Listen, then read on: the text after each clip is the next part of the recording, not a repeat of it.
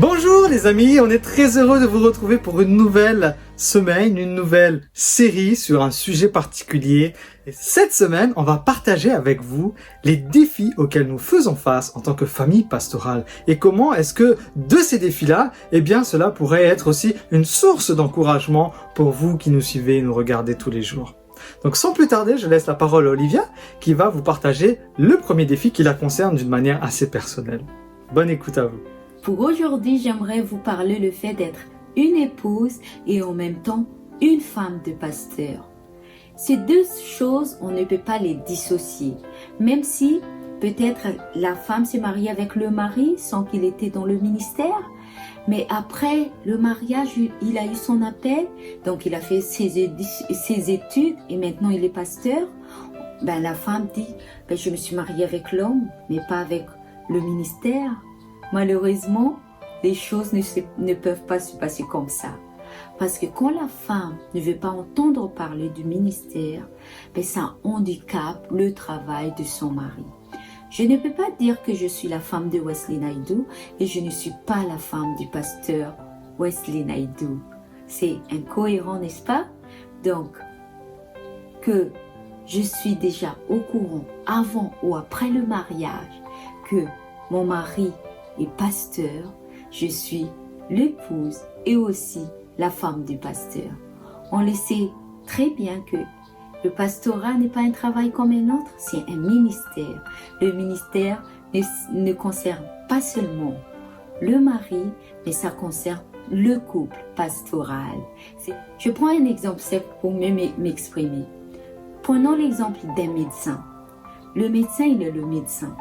La femme peut ne pas du tout avoir affaire avec le médical parce qu'elle n'a pas fait l'étude. Donc, elle n'est pas concernée par le travail de son mari. Mais le ministère pastoral, ça concerne le couple. Que la femme a fait l'étude ou pas, le ministère pastoral concerne le couple pastoral. Dans certains pays, le pastorat, être une famille pastorale est un honneur. C'est vrai que c'est un honneur, mais aussi c'est une grande responsabilité qui demande beaucoup de sacrifices. Car si le pasteur est consacré pour le ministère, mais sa femme non, ça handicape tout le travail et le travail va avoir un échec total. Donc, chère femme des pasteurs, nous sommes l'épouse et aussi la femme du pasteur. Et on ne peut pas dissocier cela. Je vais reprendre la promesse que Sean a dit vendredi dernier dans Jean chapitre 3 verset 16. Car Dieu a tant aimé le monde qu'il a donné son Fils unique afin que quiconque croit en lui ne périsse point, mais qu'il ait la vie éternelle. Et oui, Dieu nous aime tellement et il a sacrifié la chose la plus importante qui est son Fils unique. Pas pour lui, pour moi, pour toi, pour nous sauver afin que nous puissions avoir cette vie éternelle, nous qui acceptons Dieu dans notre vie. Ce n'est pas comparable ce que je vais dire ensuite, mais c'est juste pour prendre une image. C'est la même chose pour le pasteur, pour le couple pastoral. Nous devons faire un grand sacrifice, pas pour notre couple, pas pour nous-mêmes, mais pour nos brebis, pour le monde qu'on aime tant. Nous devons aimer le monde comme Dieu aime le monde. C'est seulement après que nous puissions apporter ce sacrifice ultime.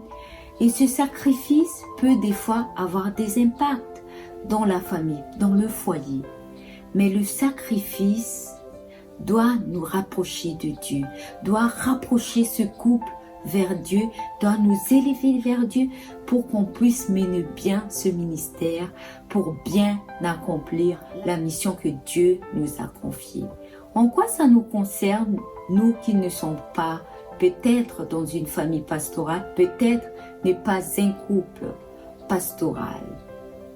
Tout simplement, si vous voulez que votre couple soit réussi, chacun doit prendre aussi sa responsabilité et doit faire face à des sacrifices. Qu'est-ce qui empêche votre couple d'avoir une vie de couple plus épanouie et mieux réussie. Peut-être l'obstacle qui peut nous apporter cette joie, ce bonheur total, ou pour que notre couple puisse mieux réussir, est la télévision, ou les réseaux sociaux, ou notre temps, notre travail, ou autre chose. Vous le connaissez mieux que moi-même. Vous savez qu'est-ce que vous devez sacrifier pour que votre couple puisse réussir et puisse être plus épanoui. Mais c'est à vous de prendre la responsabilité de faire ce sacrifice pour avancer ensemble avec votre conjoint ou votre conjointe. Il ne faut pas attendre que l'autre fasse le sacrifice. Le sacrifice commence par moi. Je dois faire le premier pas et les autres vont prendre leurs responsabilités au temps voulu.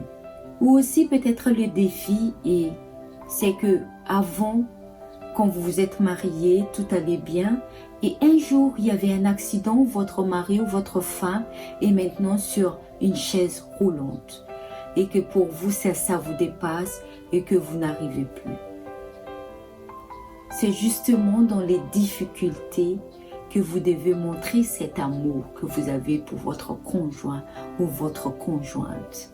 Quand vous avez dit oui pour votre mariage, ce n'était pas seulement pour les bonnes choses, mais aussi pour les défis à venir, pour les défis après. Peut-être après le mariage, il y avait d'handicap pour votre mari ou pour votre femme. Vous l'avez connu différemment et dans le foyer, vous la voyez différemment ou vous le voyez différemment. Et c'est là justement que vous devez vous engager davantage avec votre mari ou votre femme pour montrer cet amour que vous portez pour elle ou pour lui. Ma prière pour nous, chers amis, chers auditeurs, c'est que nous puissions chacun être responsables là où Dieu nous a envoyés, afin que ce monde puisse connaître Dieu, puisse à leur tour aimer Dieu et s'engager à Dieu, et quand Jésus va revenir, eux aussi puissent choisir de suivre Dieu et avoir cette vie éternelle. Et c'est là notre mission, et c'est là notre ministère, c'est d'aimer le monde comme Dieu l'aime, afin que nous puissions les emmener vers Dieu pour leur salut. Telle est ma prière, que Dieu nous bénisse tous. Comme Olivia l'a fait ressortir, et comme Salomon l'a si bien dit dans les Proverbes, deux valent mieux qu'un. Nous sommes une équipe, Olivier et moi, et nous essayons de fonctionner comme une équipe. Donc quand vous regardez une équipe, chacun a son rôle. On peut pas être tous les deux, dans une équipe de foot par exemple, on peut pas être tous les deux attaquants. Il y a un qui doit être attaquant, un qui doit être défenseur, un qui doit être gardien, etc., etc. Donc chacun, nous avons un rôle particulier et ces rôles sont complémentaires pour avoir du succès. Donc il est important que vous aussi qui nous regardez, que vous puissiez prendre conscience alors que vous êtes en équipe, que ce soit dans votre famille ou peut-être dans votre couple ou dans une autre sphère, même professionnelle. Donc dites-vous bien que cela demande aussi des sacrifices, parce que peut-être parfois le défenseur il a envie d'aller attaquer, mais le défenseur il sait que non, mais mon rôle à moi c'est simplement de défendre. Et l'attaquant c'est son rôle de attaquer. Donc chacun nous devons respecter notre rôle et parfois cela nous demandera de faire des sacrifices, mais n'oubliez pas que à deux ou à plusieurs en tout cas, on peut aller plus loin que une seule personne. L'objectif sera peut-être atteint, mais avec beaucoup de temps. Tandis que si on est à plusieurs sur le même objectif, eh bien, on va l'atteindre plus vite, avec moins de difficultés surtout. Donc, courage à vous et que le Seigneur vous bénisse dans ce sens. Rendez-vous demain pour une nouvelle vidéo. Bye bye!